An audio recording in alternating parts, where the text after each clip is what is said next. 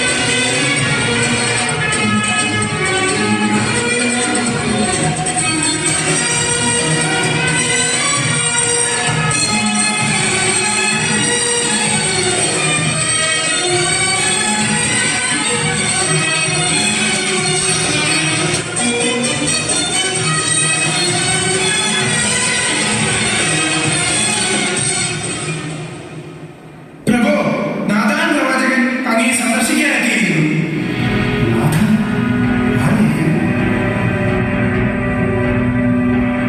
യഹോവയുടെ പ്രവാചകന് നമോ. യഹോവ വാഴ്ത്തപ്പെടട്ടെ. ആഘോഷങ്ങളുടെ തിരക്കിലായിരിക്കും അല്ലേ? റബ്ബയിലെ വിജയത്തിന് ഒരു വിരുന്ന്. എന്താണോ അങ്ങയുടെ ആഗമനോദ്ദേശം? ഈ ദേശത്ത് ഒരു അനീതി നടന്നിരിക്കുന്നു. അനീതി? എന്താണ്? അങ്ങ് സിംഹാസനത്തിലിരിക്കും. ഞാനൊരു കഥ പറയാം. കഥ ഇതാണ്. ഒരു പട്ടണത്തിൽ രണ്ട് പുരുഷന്മാർ അടുത്തടുത്ത് താമസിച്ചിരുന്നു. ഒരുവൻ ധനികൻ, അപരൻ ദരിദ്രൻ. ധനികൻ ആടുമാടുകൾ അനവധിയുണ്ടായിരുന്നു. ദരിദ്രനോ താൻ വിലയ്ക്ക് വാങ്ങി വളർത്തിയ ഒരു പെൺകുഞ്ഞാടല്ലാതെ മറ്റൊന്നും ഉണ്ടായിരുന്നില്ല. അത് അവന്റെ അടുക്കലും അവന്റെ മക്കളുടെ അടുക്കലും വളർന്നു വന്നു.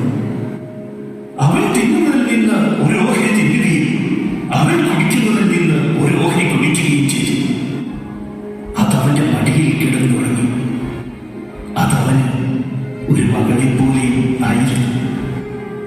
അങ്ങനെയിരിക്കെ ആ ധനികന്റെ വീട്ടിൽ ഒരു അതിഥി വന്നെത്തി. അതിഥിക്ക് വേണ്ടി തന്റെ ആളുകളിൽ ഒന്നിനെ പോലും എടുക്കാൻ മനസ്സാകാതെ ആ ധനികൻ ആ ദരിദ്രന്റെ കുഞ്ഞാടിനെ പിടിച്ചുകൊന്ന് അതിഥിക്ക് വേണ്ടി വിരുന്നൊരുക്കി. അവൻ ആരായിരുന്നാലും മരണശിക്ഷക്കാരനാണ്. മാത്രമല്ല, നഷ്ടപ്പെട്ടവന് നാലിരട്ടി തിരിച്ചു കൊടുക്കുകയും വേണം. അതെ, അതാണ് നീതി. ഈ ദാവീദിന്റെ ഭരണകാലത്ത് ഇസ്രായേലിൽ നീതി തന്നെ നടക്കണം. അത് നടക്കുകയും ചെയ്യും. കാരണം മുഖത്ത് നോക്കി പറയാൻ ദാതാന് മടിയില്ല. നീതി നടപ്പാക്കുവാൻ ദാവീദിനും മടിയില്ല. അതെ, അതാണ് നീതിമാനായ ഒരു രാജാവിന്റെ ധർമ്മം. ആരുടെ? അടിയൻ പ്രവാചകൻ കൽപ്പിക്കുന്ന ആ നീതിന്റെ വധശിക്ഷ ഉടൻ തന്നെ നടപ്പാക്കൂ. ഈ ദാവീദ് ആരാണെന്ന് ഇസ്രായേൽ മനസ്സിലാക്കട്ടെ.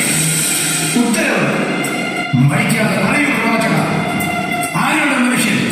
ആ മനുഷ്യൻ ആ മനുഷ്യൻ ആ മനുഷ്യൻ നീ തന്നെ. ദൈവത്താൽ തിരഞ്ഞെടുക്കപ്പെട്ട ഇസ്രായേലിന്റെ രാജാവെ, ശിക്ഷിക്കപ്പെടേണ്ടത് നീയാണ്. അങ്ങ് എന്താണ് പറയുന്നത്? സത്യം.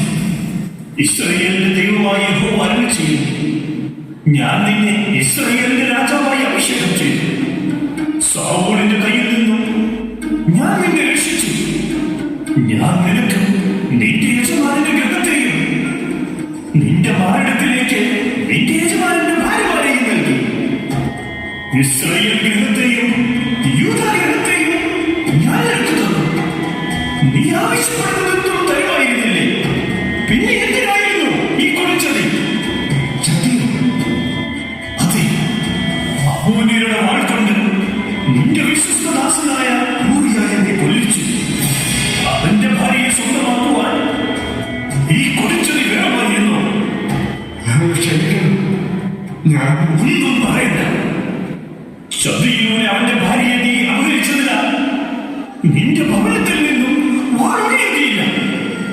നീ രഹസ്യമായി ചെയ്തതൊക്കെ നിന്റെ മക്കൾ പരസ്യമായി ചെയ്യും. ഈ പാപത്തിന് ഒരു പരിഹാരം അത് ലഭിക്കും. പശ്ചാത്താപം പാപപരിഹാരമാണ്. അന്ത്യവിധി യഹോവയുടേത്. അവിടുന്ന് ക്ഷമിക്കാതിരിക്കുന്നു. കർത്താവ് കരുണയുള്ളവൻ.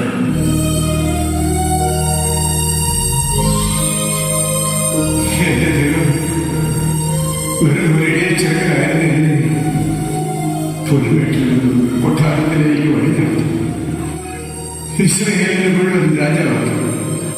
അധികാരവും ബലവും എന്നെ കൈവഷ്ടനാക്കി, അന്തനാക്കി. യഹോവേ, ഞാൻ ചെയ്ത പാപങ്ങൾക്ക് മാപ്പ് ചോദിക്കും.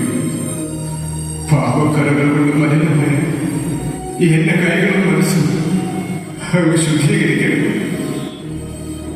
ഈ സിംഹാസനവും കിരീടവും ഞാൻ ഉപേക്ഷിക്കണം. പക്ഷേ അങ്ങയുടെ പരിശുദ്ധാത്മാവിനെ എന്നിൽ നിന്ന് വെടുത്തി കളയരുത്. അങ്ങയുടെ സന്നിധിയിൽ നിന്ന് എന്നെ തള്ളിക്കളയരുത് കർത്താവേ, തള്ളിക്കളയരുത്.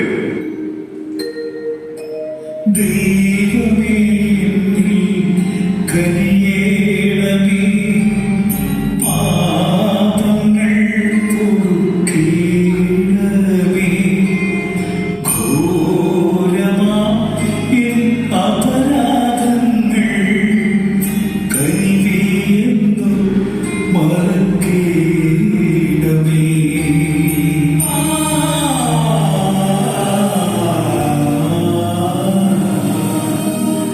അധികാരത്തിന്റെ ഔന്നത്യങ്ങളിലായിരുന്നിട്ടും ദാവീദിന് അനുദപിക്കാൻ മറ്റൊന്നും ആലോചിക്കേണ്ടി വന്നില്ല.